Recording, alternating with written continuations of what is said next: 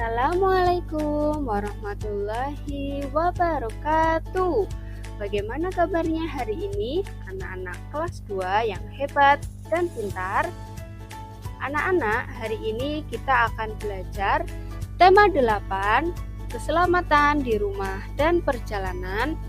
Subtema 4, menjaga keselamatan di perjalanan, pembelajaran kelima.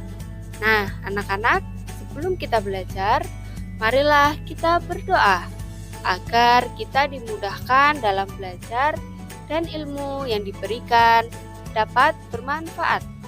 Berdoa menurut kepercayaan dan agama masing-masing dimulai. Berdoa selesai.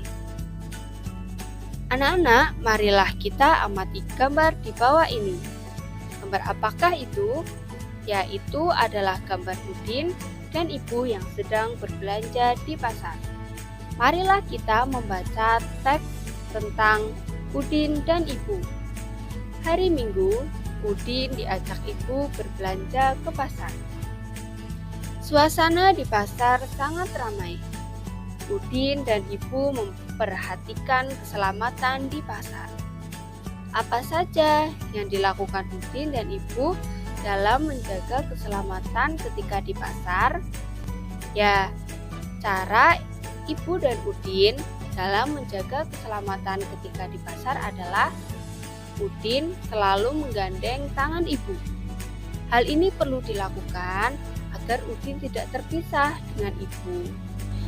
Marilah kita amati pertanyaan di bawah ini. Yang pertama, apa saja yang dilakukan Udin dan Ibu dalam menjaga keselamatan ketika di pasar? Nah, yang dilakukan adalah tadi Udin dan Ibu selalu bergandeng tangan agar Udin tidak terpisah dari ibunya. Kemudian yang kedua, mengapa Udin dan Ibu bergandengan tangan? Nah, tadi sudah dijelaskan ya, agar Udin tidak terpisah dan hilang. Kemudian, kapan Udin dan Ibu pergi ke pasar? Udin dan Ibu pergi ke pasar pada hari Minggu. Di mana saja kita harus menjaga keselamatan? Kita harus menjaga keselamatan dimanapun dan kapanpun. Kemudian siapa saja yang ada di pasar? Yang ada di pasar adalah pembeli, penjual, kemudian ada petugas kebersihan. Bagaimana pendapatmu dengan sikap Udin dan Ibu? Pendapat yang bisa Ibu berikan adalah, menurut Ibu, sikap Udin dan Ibu harus dicontoh. Kita harus menjaga keselamatan dimanapun dan kapanpun. Caranya yaitu dengan menggandeng tangan Ibu agar tidak terpisah. Masih ingatkah kamu tentang kalimatannya? Bagaimanakah aturan penulisan kalimatannya? Nah, anak-anak perlu mengingat bahwa kalimatannya selalu dibubuhkan dengan tanda tanya di akhir kalimat. Kita dapat menggunakan kata tanya apa, siapa, mengapa, kapan, di mana, dan bagaimana ketika bertanya. Amati gambar tersebut. Buatlah pertanyaan berdasarkan gambar dengan menggunakan kata tanya apa, siapa, mengapa, kapan, di mana, dan bagaimana. Marilah kita membuat pertanyaan berdasarkan gambar dengan bersama-sama.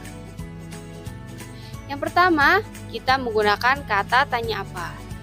Apa peristiwa yang terjadi pada gambar? Kemudian, yang kedua, kita menggunakan kata tanya siapa. Siapa yang tasnya diambil oleh pencuri? Kemudian, kata tanya mengapa. Mengapa pencuri merampas tas Ibu? Selanjutnya, kata tanya kapan. Kapan peristiwa tersebut terjadi? Selanjutnya, kata tanya di mana. Di mana pencuri merampas tas Ibu? Kemudian kata tanya bagaimana? Bagaimana agar kita terhindar dari pencuri saat di pasar? Nah, itu merupakan contoh kalimat tanya. Nah, marilah kita mengamati dan membaca teks berikut ini. Udin mengamati berbagai kegiatan di pasar. Udin mengamati kegiatan petugas kebersihan. Petugas kebersihan sedang membersihkan sampah yang berserakan. Pedagang yang lain juga ikut membantu. Petugas dan pedagang berbeda pekerjaan. Walaupun berbeda, mereka hidup akur dan saling membantu. Menjaga kebersihan pasar bukan hanya tanggung jawab petugas kebersihan. Semua pengunjung pasar wajib menjaga kebersihan pasar.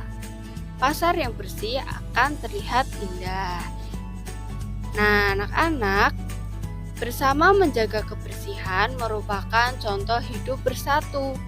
Apa sajakah contoh hidup bersatu dalam menjaga kebersihan? Nah, contoh yang pertama adalah membuang sampah di tempat sampah. Ibu harap kalian selalu membiasakan untuk membuang sampah di tempat sampah. Kemudian yang kedua, membuat himbauan. Dan yang terakhir, gotong royong membersihkan sekolah. Saat melaksanakan gotong royong, muncul sikap mewujudkan persatuan. Apa sajakah sikap itu? Nah, sikap mewujudkan persatuan yang pertama adalah tolong-menolong. Dengan menjaga kebersihan secara bersama-sama, kita tentunya saling tolong-menolong. Misalkan tadi, petugas kebersihan ditolong oleh pedagang. Kemudian saling menghargai orang lain. Dan yang terakhir, bekerja sama. Bersama menjaga kebersihan merupakan contoh hidup bersatu. Apa ya manfaat hidup bersatu itu? Nah, manfaat hidup bersatu yang pertama adalah pekerjaan menjadi cepat selesai. Kemudian pekerjaan menjadi lebih ringan, terciptanya persatuan dan kesatuan, dan yang terakhir tumbuh sikap saling menghargai orang lain.